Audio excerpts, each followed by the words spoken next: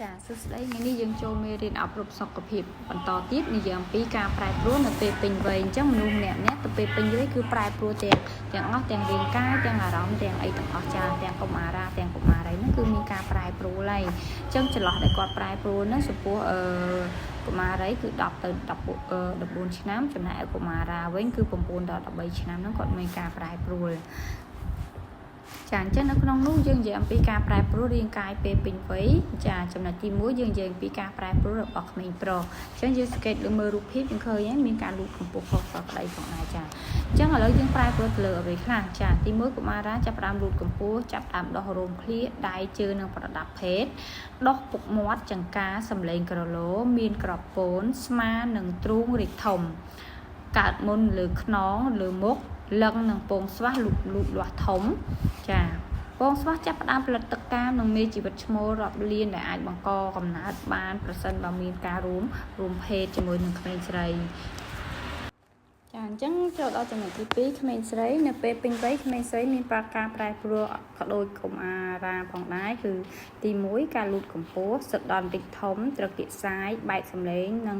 មានក្លិនខ្លួនអាចមានមុននៅលើមុខនិងខ្នងចាប់ផ្ដើមដោះរោមឃ្លាដៃនិងជំវិញប្រដាប់ភេទចាបបោធំនិងតូចនៃយូនីចាប់ផ្ដើមក្រាស់ជាងមុនហើយស្បូននិងអកម៉ូនរីកធំជាងមុនអូវែចាប់ផ្ដើមបង្កើតមេជីវិតញីនិងអាចបង្កកំណើតបានចាប់ផ្ដើមមានឈាមរដូវគឺមួយខែម្ដងចាអញ្ចឹងចូលបន្តទៀតយើងចូលដល់ចំណុចទី2ផ្នែកអារម្មណ៍វិញម្ដងអញ្ចឹងមានការប្រែប្រួលអារម្មណ៍ដូចជាទាំងក្មេងទាំងពីរភេទហ្នឹងគឺអាចប្រែអារម្មណ៍ដូចជាឆាប់រំភើបនៅពេលប៉ះចំប្រដាប់ភេទស្រងេះស្រងោចឯកោមានសេចក្តីស្រឡាញ់ទាមទារការចាប់អារម្មណ៍ពីអ្នកដទៃនឹងឲ្យគេសរសើរចូលចិត្តតុបតែងខ្លួនចង់សប្បាយចាប្រទេសឯនោះកុមារក៏មានការប្រែប្រួលនៅតម្រូវការចិត្តឯងជាធំជឿជាក់លើមិត្តភ័ក្តិជាឪពុកម្ដាយចូលចិត្តប្រកួតប្រជែងនិងការអៀនច្រើនចំពោះក្មេងស្រីចង់ឯករាជ្យចង់សាកល្បងអ្វីដែលថ្មីងាយទទួលការអូសទាញឆាប់ឆេវឆាវទាំងនេះគឺជារឿងធម្មតាដែលអ្នកកុំចាំបាច់បារម្ភឡើយប៉ុន្តែនៅពេលដែលយើងគ្រប់គ្រងបានល្អក៏អាចអារម្មណ៍ដែលយើងអវិជ្ជមាននោះក៏មិនអាចប៉ះពាល់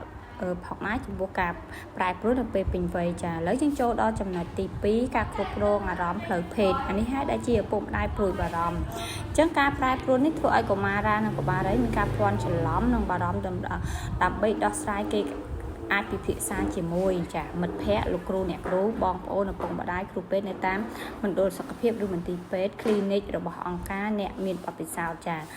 អញ្ចឹងអាហ្នឹងគឺការប្រែប្រួលយើងអាចប្រែប្រួលហ្នឹងយើងភ័យអីចឹងទៅយើងអាចទៅពិភាក្សាអ្នកទាំងអស់នោះដែរចាចំណុចទី3និយាយអំពីការអភិវឌ្ឍផ្នែកកប្បកិរិយាអញ្ចឹងយើងឃើញថាគាត់មានការស្ងេះស្ងោចទាមទារពីអ្នកចាប់អារម្មណ៍ច្រើនចូលចិត្តតុបតែងខ្លួនចង់សប្បាយតម្រូវចិត្តខ្លួនឯងជាធំជឿជាក់លើមិត្តភ័ក្តិជាឪពុកម្ដាយចូលចិត្តប្រកួតប្រជែងនិងមានការអៀនច្រើនចង់ឯករាជ្យមិនចង់សាក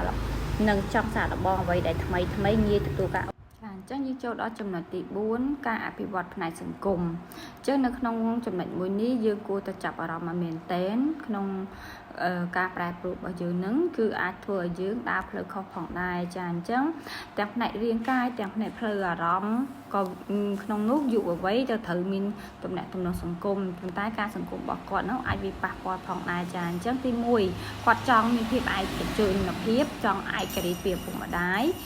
ចង់ចូលរួមជាមួយមិត្តភ័ក្តិឬក៏ទទួលការអូសទាញពីមិត្តភ័ក្តិមានចំណាប់អារម្មណ៍រឿងក្នុងរឿងស្នេហានិងមនោសញ្ចេតនាជាដើមអញ្ចឹងទាំង3ចំណុចនេះគឺជាចំណុចមួយដែលធ្វើឲ្យ